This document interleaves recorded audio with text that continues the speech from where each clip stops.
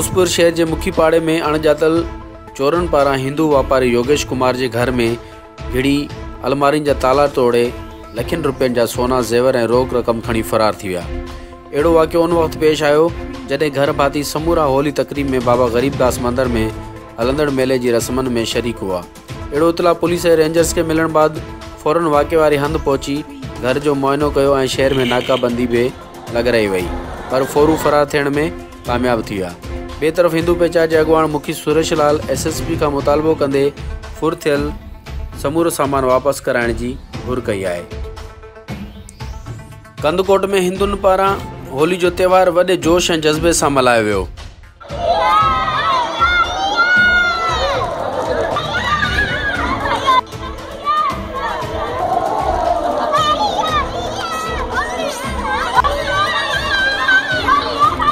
कंदकोट, कश्मोर और घोसपुर में हिंदुन बाबा गरीबदास के मंदिर में जबरदस्त रंगारंग होली जो त्यौहार मल्हायो वियो। होली के त्यौहार के हवाले से मंदिर के कुंवार जियां सिंगारियो वियो, जॾहिं त सिक्योरिटी जा इंतजाम पिण सख्त कया विया। मंदिर में मर्दन औरतन तोड़े ॿारड़न पूजा पाठ भी कई और मुल्क पाकिस्तान के लिए खसूसी प्रार्थनाओं भी कयूं वियूं, जॾहिं त ताज़ो थियल न्यूज़ीलैंड में हमले में शहीद थियल मुसलमान भाइरन लाइ भी प्रार्थनाओं कयूं वियूं। होली तकरीब में बाबा गरीबदास मंदिर में म्यूजिकल प्रोग्राम भी थियो, जैमें कंदकोट, कश्मोर और घोसपुर में हज़ारे हिंदू नौजवानन मर्दन तोड़े औरतन शिरकत कई। होली तकरीब में कश्मोर के डिप्टी कमिश्नर राजा तारिक चांडियो पिण शिरकत कई, जिते शहर के मुखी सुरेश लाल आयल मेहमानन के सिंधी टोपी और अजरकूं पारायूं।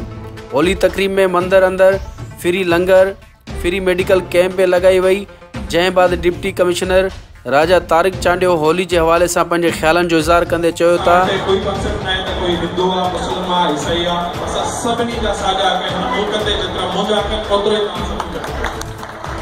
असी सब इंसान आयूं, सब भाइर आयूं।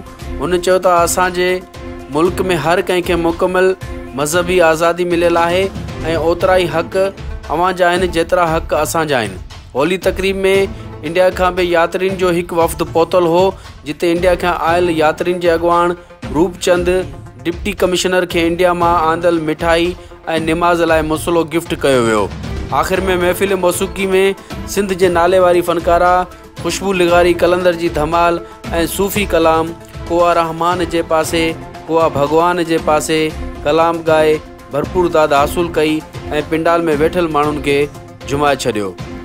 नारायण दास, सोच TV, कंदकोट।